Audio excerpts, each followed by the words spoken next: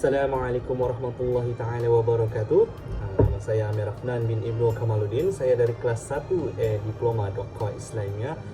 Hari ini saya akan membahaskan tentang permasalahan penerimaan isu hubungan songsang ataupun lebih dikenali dengan akronim LGBT di kalangan masyarakat Malaysia kita ni. Gejala sosial dalam kalangan masyarakat di Malaysia, khususnya umat Islam sekarang ni, semakin kritikal dan membimbangkan. Ini sebab masyarakat ni kan setiap hari dihimpit dan dibebani dengan pelbagai perkara negatif sehingga menjadikan kehidupan mereka ni kan tidak aman dan tenteram. Pelbagai gejala sosial yang berunsur negatif semakin mendapat tempat dan menyusuri dalam sosio kehidupan masyarakat kita. Kita memasuki isi kudis masyarakat. Demikian antara tomahan yang dilontarkan kepada mereka yang memiliki kecenderungan jantina dan seks yang berlawanan dengan fitrah manusia. Selain itu, ada juga yang melantik dirinya yang menjadi juru cakap Allah dengan memberi ulasan.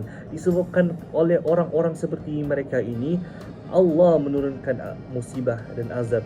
Padahal disebabkan oleh orang-orang yang hanya mengulas tanpa bertindak, sebeginilah yang menjadi faktor Allah menurunkan azab dan seksaannya. Rasulullah sallallahu alaihi wasallam mengingatkan, tidaklah satu kaum yang dalam kalangan mereka terdapat orang-orang yang tidak melakukan maksiat, sementara itu pula lebih kuat dan lebih ramai daripada orang yang melakukan maksiat, tetapi mereka tidak menghalangnya, melainkan Allah telah mengikuti mereka semua dengan seksaan Allah. Okey, kita masuk pada ciri-ciri LGBT. Gay pada umumnya ni, dia suka berpakaian ketat. Dia suka pakai pewangi-pewangi yang mampu menarik minat orang ramai.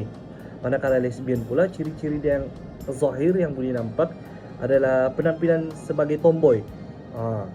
Namun lesbian ni sangat feminim. Dia sangat susah mau nampak lah. Kalau mau tahu pun perlu tengok dalam-dalam. Secara fizikal memang susah. Kalau gay ni, ciri-ciri selain daripada dia suka pakai baju ketat ni, dia tertarik dengan aktiviti-aktiviti yang biasanya dilakukan oleh wanita. Begitu pula dengan lesbian, dia tertarik dengan aktiviti-aktiviti yang dilakukan oleh lelaki.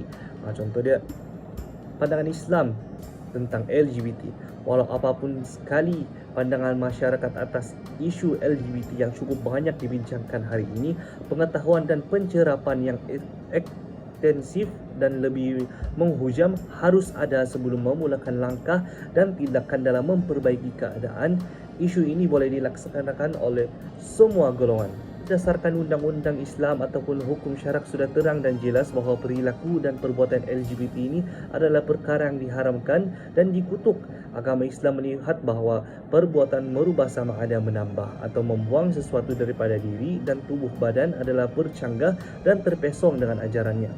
Tindak tanduk menukar jantina sama ada daripada perempuan menjadi lelaki atau lelaki menjadi perempuan, yakni jelas haram dan bercanggah dengan hukum syarak. Hal ini kerana kelakuan seumpama itu hanyalah sekadar mengikut hawa nafsu, terpedaya dengan bisikan bujukan syaitan, tidak bersyukur dengan kurniaan kejadian diri dan termasuk di dalam golongan menukar dan mengubah ciptaan Allah. Terdapat beberapa negara yang melaksanakan hukuman mati kesalahan homoseksual seperti Arab Saudi, Yaman dan Iran. Kalau yang bawah umur laku buat homoseksual ni, diorang masukkan ke dalam hukuman juvana. Kesedaran wujudnya peranan dan kontribusi semua pihak dan kerjasama antara mereka amat diperlukan adalah hakikat mutlak yang perlu disedari sebenarnya, kerana isu hubungan songsang ni, isu LGBT ni antara isu yang paling rumit dan pelik dia punya sifat.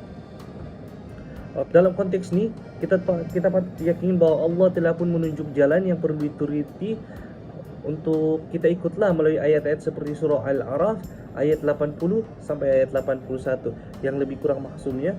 Dan Nabi Lut juga kami utuskan, ingatlah ketika ia berkata kepada kaumnya, patutkah kamu melakukan perbuatan yang keji yang tidak pernah dilakukan oleh seorang pun dari penduduk alam ini sebelum kamu.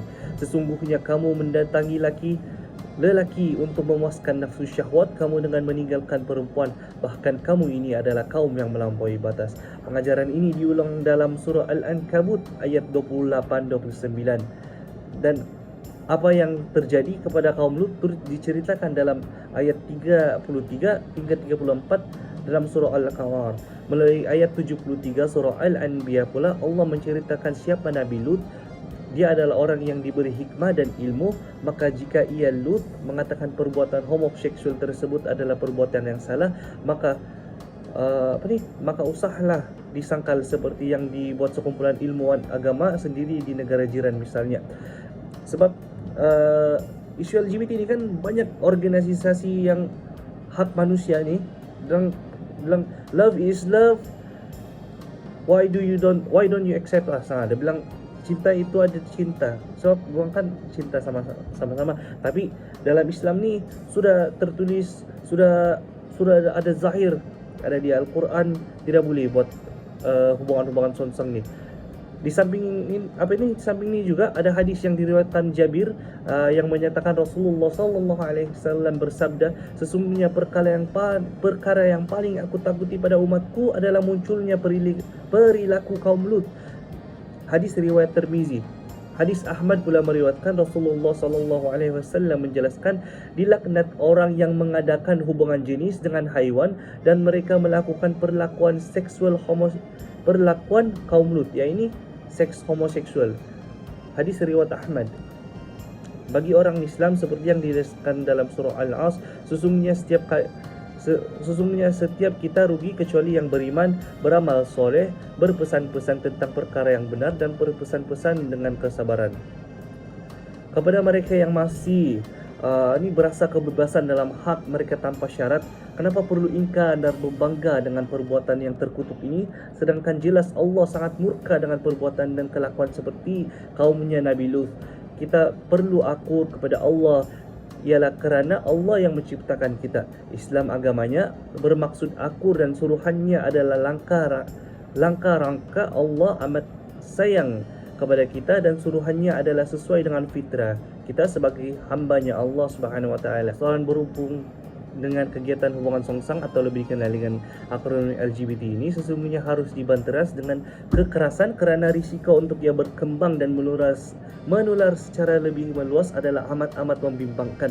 Dalam alaf kemajuan digital dan teknologi, masyarakat terlalu mudah untuk terpengaruh dengan apa-apa yang dicurahkan dan dipertontonkan kepada mereka di media-media sosial seperti TikTok, Facebook, Instagram, YouTube, tanpa menapis dan membandingkan sama ada perkara itu akan memberi kesan baik ataupun buruk. Berbagai-bagai isu dapat dirangkul dan renung yang kesemuanya cenderung kepada perkara negatif yang berupaya meluluh lantakkan organisasi masyarakat dan seterusnya memberi efek dan ancaman kepada kehancuran dan kerosakan sebuah negara. Alokasi dan penyediaan undang-undang sedia ada perlu diperkemaskan dengan kadar yang segera bagi memastikan setiap permasalahan baru yang muncul dalam negara dapat diatasi secepat yang mungkin. Itu je dari saya. Assalamualaikum warahmatullahi taala wabarakatuh. Saya harap apa yang saya sampaikan ni dapat memberi manfaat. Dia dapat memberi manfaat. Apa yang saya bagi ni dapatlah membantu dalam menutup kegiatan hubungan songsang ini dan akhirnya memastikan kehidupan sosial masyarakat sentiasa berada dalam keadaan yang sepatutnya. InsyaAllah. Bismillahirrahmanirrahim. Assalamualaikum.